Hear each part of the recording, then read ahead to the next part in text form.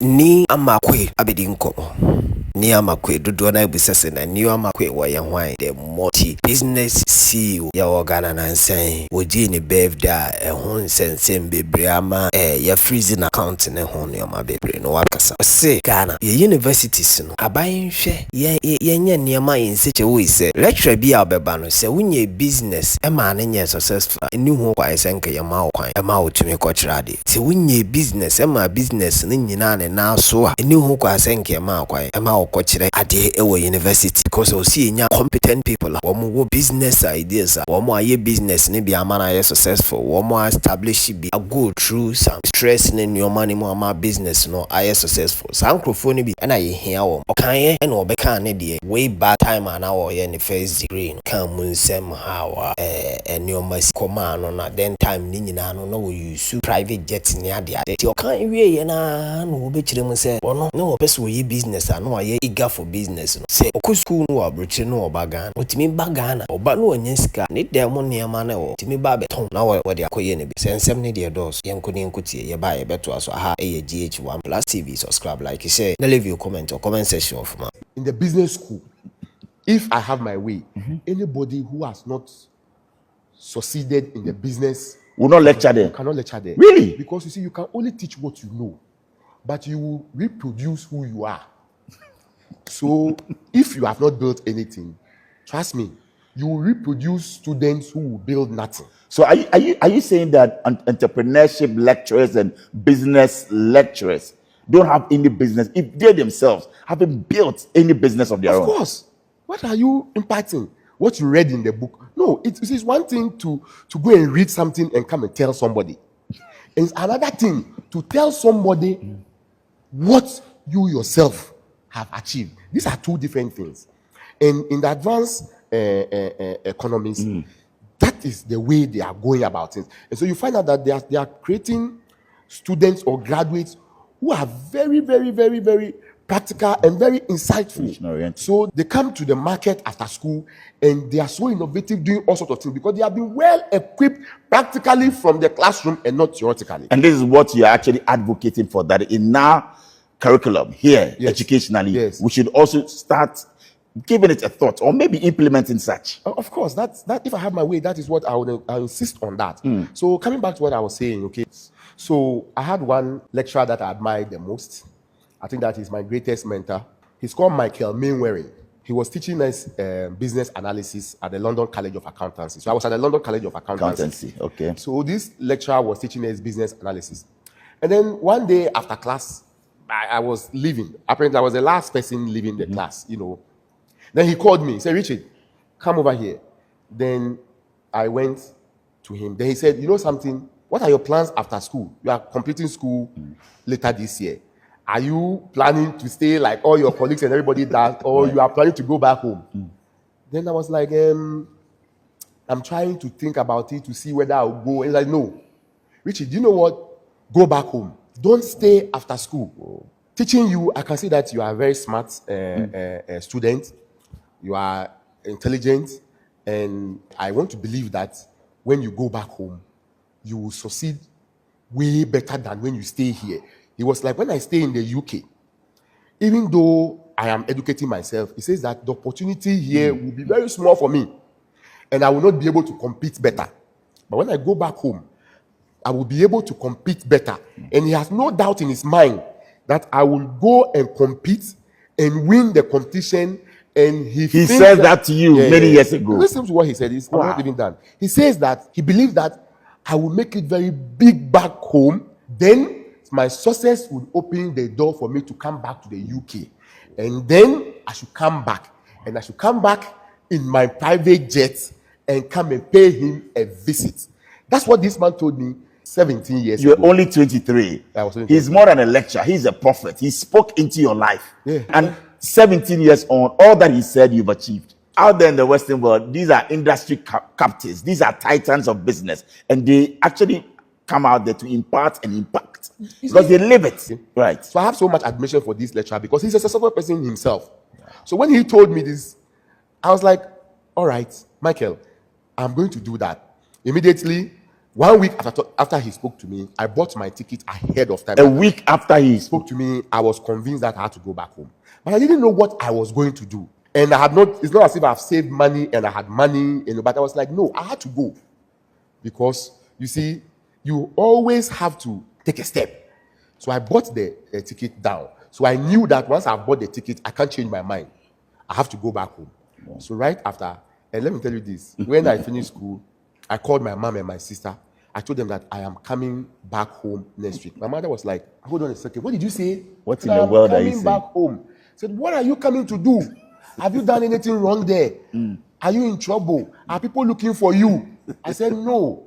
They said, so why? People are in a queue waiting to get embassy visa queuing at the embassy trying to get visa to go. And you are there. And you said you are coming. Why? I said, ma'am, I went to school. I'm done with school. He said, yes, but stay on. Look for job work. Make money so that you can send me money so that you can become a better person. Don't come here. Which is the norm for many people. You go to school, you stay there. And yes. So I told her, no, I want to come. So she was like, oh, my enemies have gotten me. my mom was like, the enemies have gotten. It must have been a tough one for you. It was a very tough one. Because you love your mom and you were actually going against her will. Yes. So it was a very tough decision. At a point, I almost nearly changed my mind, but I was like, no, I had to go. So I realized that they were not willing to come to terms with me that I was coming back home, okay? So I just left them. I'm like, well, when I get to Ghana, I'm already in Ghana. We'll figure it out. So a day before I left, I called them and told them that I am actually coming. My flight is landing at this time, so they can come for me. So when I came to Ghana, I didn't know what to do. I had to figure out things, understand, because I've left the system, so I had to spend some months to adjust into the system a little. But there's something intriguing that happened. So in Kolegono, where we lived, when someone comes from the UK, Europe, US, or what have you, people in the community perceive you to be somebody who is rich. Oh. They assume that once you that's the perception. That's the perception in the local community there. So I realized that many people were coming to knock on my door and ask me to lend them like 500 cedis, 1,000 cedis, 2,000 cedis. Some they want 500 cedis to pay their children's school fees. They'll give it to me when the month ends. Okay. Some come for ask me for 2,000 to pay a medical bill for their sick child or spouse, and they'll give it to me at a particular date. And I was getting many of these requests because they perceive that I have money because I've come from Europe. And I've also learned in the business school that these things, when they come, they are opportunities. Where there are problems, there are opportunities. When you find a problem, you face it, it's a business opportunity for you. So then I was like, okay, if these people will come to me asking me for 500 cedis, 1,000 cedis, 2,000 cedis at a particular, for them to pay at a particular date, why don't I rather set up a business formally to give them these 500 cedis, 1,000 cedis, 2,000 cedis? This is interesting because for many it would have been a problem and you would have written them off and sacked them. You saw a business opportunity in there. I had never worked in any financial institution before. I had no knowledge of running a financial institution. I have no banking experience or what have you. This is how I encountered. And you were how old? Because you must have been in your 20s, right? I started my company with 24 years. 24 years? Yes. You're a visionary. Yes. So 24 years, I was like, okay, if this is what these people in my community are coming to ask, then let me register a business where the business was called Quick Credit. So I set up Quick Credit. And okay, come now formally. I announced to all of them that if you need money, come and let me give you. But guess what? I didn't have money anyway. I was going to ask you, where did you get the funds from then? I didn't have money anyway. I was having very little money then. It's about $1,000. And so what I did was that there was a small shop in front of my grandfather's house where we all lived. You know, my mom and my aunties and uncles and like. So I asked my mother to give me access to a small space there. That is where I started. In that shop? In that shop. Where I so you didn't have a formal office? No, I didn't. It was just a tabletop business when you started? It was a tabletop business. And you're kidding me? That's where I started, yeah. Well, the office is just the size of where we are sitting, right here. Just a small place here. Wow. And that's where we started. So it was just about 2 of us who started the business. Wow. And what I did was that when I was coming back from the UK, those days was the era of plasma TV. If you recall, plasma TV. Exactly. Yeah. So when I was coming, I came back with a 42-inch plasma TV, a home theater, and then I had just about $1,000 on pounds on me. Pounds, okay. And I went to my mother one day in the house, and I told my mom that, Mom, the TV that I had come to fix for you, that you are watching with my sister, I want to go and sell it. This was like, are you mad?